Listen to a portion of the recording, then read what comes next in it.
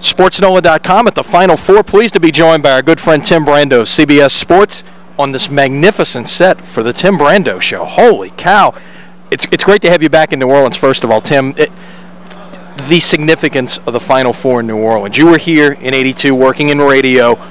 That '82 Final Four, I don't think you can overstate what it has meant to the history of college basketball now. It was, Lenny, it was a line of demarcation for the event that is the Final Four today. I think there were a lot of skeptics, not about New Orleans, but about the Dome, having the Final Four in a setting that the only thing you could compare it to at the time was the '68 UCLA Houston game with Kareem, then Lou Alcindor against Elvin Hayes, and everyone remembered just how sort of the setting was. Here's the court in the middle, and there's this vast wasted landscape between where the floor was and the first fans were. How would this thing work, having the Dome as a setting for the intimate sport of college basketball?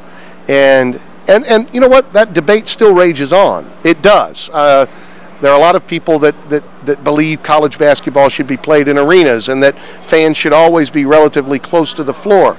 But there is no debate that the event changed after '82, and that the spectacle of the Final Four was such that it transcended just basketball and turned it into a major sporting event that would rival Game 7 of a World Series, the Super Bowl, and a national championship in football. And no one ever thought of the NCAA tournament Final Four ever being in the same stratosphere with those kinds of events in our country.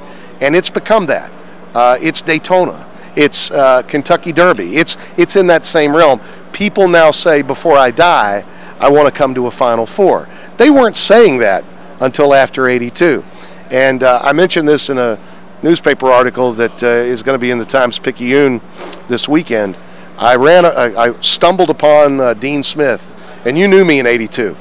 And you can imagine what I was like then versus, the 26-year-old version versus the 56-year-old.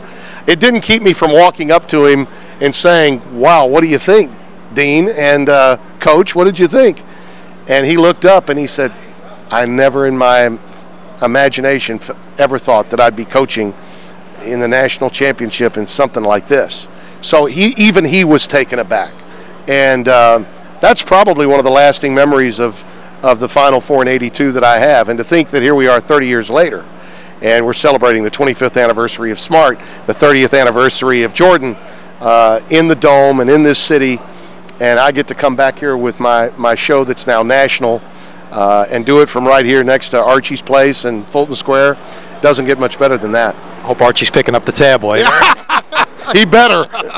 You mentioned the Kentucky Derby. You mentioned the football national championship. Leads me right into Louisville, Kentucky. Yeah. You got some legitimate comparisons to what we saw here on January 9th.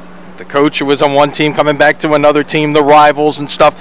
There's even people saying in Kentucky this is bigger than the Kentucky Derby. I find that hard to believe, but it is. You talk to any fan of Louisville or Kentucky going back for years and years, whether they be season ticket holders or just sidewalk alumni that are in the hinterlands of the Commonwealth, they will all tell you, I've never been more geeked for a game. I've never anticipated a Louisville-Kentucky matchup the way I anticipate this one. And when you go back and research the history of the rivalry, when Joe B. had his best teams at Kentucky and Denny Crum had his at Louisville, they didn't play. Kentucky wanted no part of Louisville. And then when they met in the Elite Eight in a regional final, the NCAA in its infinite wisdom paired them on the same line that they would meet in a regional final. I believe it was played at Stokely in Knoxville. And when those two played, and it was an incredible comeback win for Louisville that year, when that happened, legislators in the state got together and said, no way, this game has got to be played. And so they changed laws to make sure that the game was played. So there's no denying in the Commonwealth how big it is.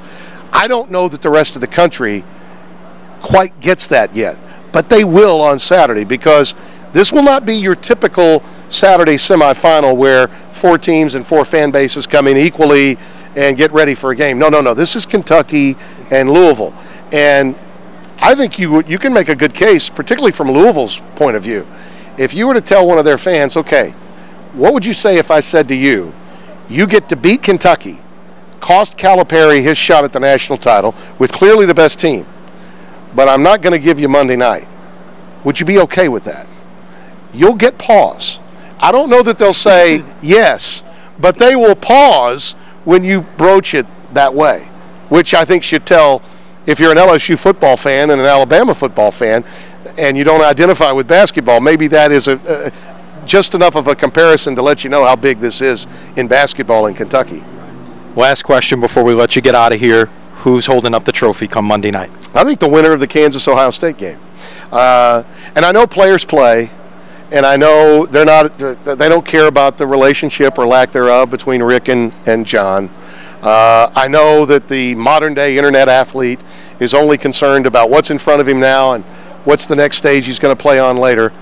But I'm telling you, these players, once they're done with that game on Saturday, that's going to be a absolute bruising, ugly, grind it out, root canal kind of game. And when it's over, Lenny, I don't think there's any question the team that wins takes a deep breath. And that deep breath can last a little longer into Sunday. And I think it's advantage to the winner of the Kansas-Ohio State game on Monday night. Tim Brando Show originating right outside of Manning's, right here on Fulton Street, up till Tuesday. You can watch it on the CBS Sports Network as well. Tim, thanks for your time. We'll look forward to visiting with you later through the Final Four. Anytime, Lenny. Anytime.